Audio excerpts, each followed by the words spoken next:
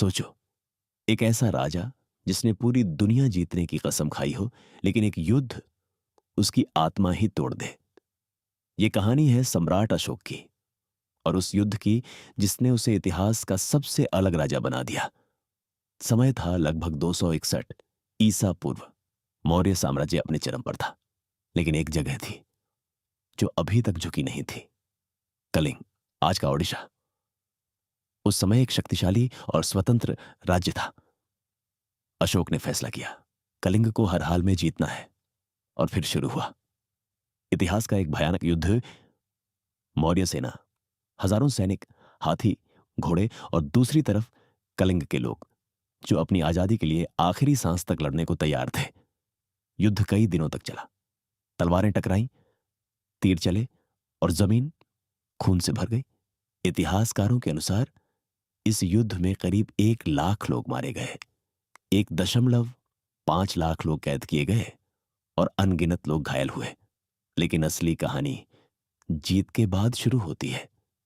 एक बार अशोक युद्ध के मैदान में पहुंचा तो वहां कोई जीत का जश्न नहीं था। चारों तरफ सिर्फ लाशें थीं, रोते हुए बच्चे, अपने परिवार को खो चुके लोग। एक विजेता राजा पहली बार हार महसूस कर रहा था। उसी पल अशोक के अंदर कुछ बदल गया। उसने महसूस किया, ये जीत नहीं, ये विनाश है। और वहीं उसी खून से भरी जमीन पर अशोक ने फैसला लिया, अब और युद्ध नहीं, अब तलवार नहीं, अब धर्म। इसके बाद अशोक ने बौद्ध धर्म अपनाया और अपना जीवन शांति, दया और मानवता के लिए समर्पित कर दिया।